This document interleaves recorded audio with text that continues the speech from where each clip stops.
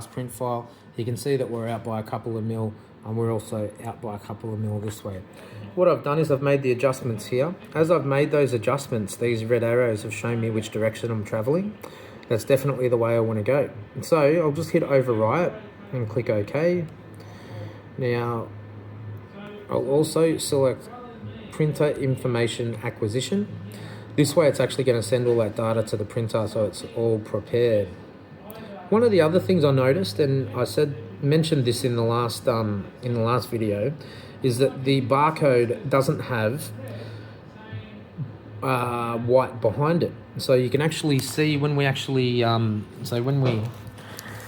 we show the back side of this label, you can see that the barcode is actually showing through quite strongly, as well as the other stuff that's black there on that print. So what we'll do is I'm actually going to change this one. Don't layer white toner for 100% black. Click OK on that one.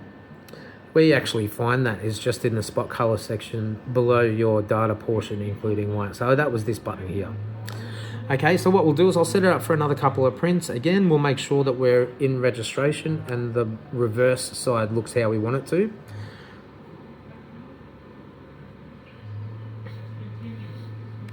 I'm sure you've recognized at this point that there's actually a lot to think about when you're doing these types of labels.